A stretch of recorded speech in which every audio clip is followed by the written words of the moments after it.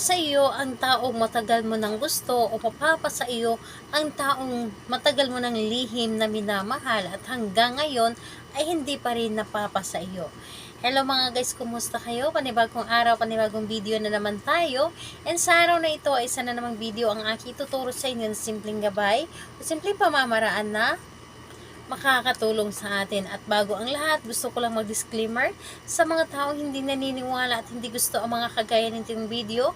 Please skip this video and maghanap kayo ng videos na gustong gusto nyo dahil ang video na ito ay para lamang ito sa mga taong naniniwala and gusto mag-try. Sa lahat po ng mga gustong sa lahat po ng mga nagko-comment po dito sa aking video, dito sa loob ng aking channel, mag-ingat sa lahat ng mga nagre-reply sa inyo na dinadala kayo sa kanilang WhatsApp in Emo apps. And ayun po,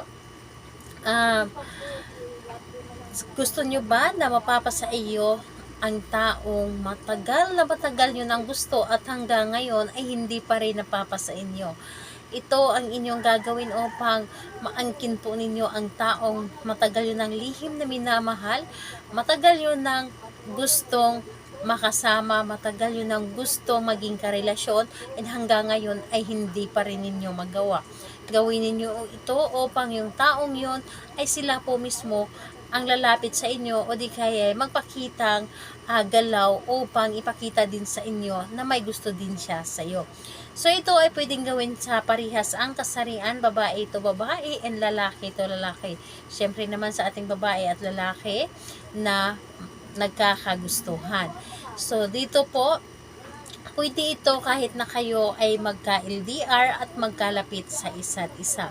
Ang kailangan lamang natin dito ay isang pirasong papel lamang. Isang pirasong papel at kailangan natin dito syempre ng panulat. Ito lamang ang bagay na ating ihanda. And syempre kung meron kayong cinnamon powder or di kaya asukal, pwedeng-pwede po, optional po ito. Cinnamon powder or asukal, pwedeng brown, pwedeng white, basta ito ay sugar ang ating gamitin. So, ayun po, yun lamang ang mga bagay. And syempre kapag ready na, ay i-ready mo rin ang inyong sarili. Kailangan na alam po ninyo sa inyong sarili na gustong-gusto ninyo itong gawin at siguraduhin din po ninyo na mahal po ninyo ang taong ito. Huwag ninyo itong gawin kapag hindi ninyo totoong mahal ang taong inyong gagawan. Gawin po ninyo ito sa taong mahal ninyo or minamahal ninyo or lihim yung minamahal. Gawin po, and kailangan na mag-isa ka lamang na gumawa at alam po ninyo sa inyong sarili na gustong-gusto ninyo itong gawin dahil po dito ay hindi mo pa ito karelasyon, kaya naman kailangan na sa focus ka sa paggawa nito at buo po ang inyong loob sa paggawa and higit sa lahat ang inyong tiwala. And ayun po, kapag ready ka na, pwede mo na itong simulan. Napakadali lamang nito. Kailangan mo lang dito alamin yung pangalan at apelyido ni target. Syempre, hindi mo pa siya karelasyon. Dapat po alamin mo ang totoo niyang pangalan at apelyido. Ngayon, kapag alam nyo na, ang gagawin ninyo dito sa papel, isulat po ninyo dito ang pangalan at apelyido ni target ng 6 na bises. Isulat po ninyo dito 6 na bises yung pangalan at apelyido ni target. Ngayon, ito po, kapag naisulat nyo na dito yung pangalan at apelyido ni target ng 6 na bises, ang gagawin po ninyo, dito po, itong nakapalibot na ito, kung nakikita ninyo, ito ay iyong pangalan at apelyido na ikaw po ang gumawa. Isulat po ninyo ng paikot yung pangalan ninyo at apelyido, yung pangalan ni target. At dapat po, ang pagkasulat po ninyo ng inyong pangalan at apelyido, hindi po ito mapuputol. Dapat yung pagkasulat ninyo ay tuloy-tuloy. Dapat hindi maiangat yung inyong panulat. So, pangalan ninyo at apelyido itong dito sa gilid.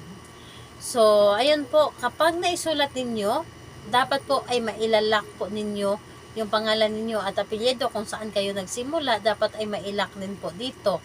So, ayun. Kapag naisulat nyo na, yung optional natin, cinnamon powder kung meron kayo, pero kung wala, asukal na lamang. Kumuha kayo ng isang dakot lamang na asukal. Isang dakot lamang, konti lang. Isang dakot lang at ilagay po dito sa gitna.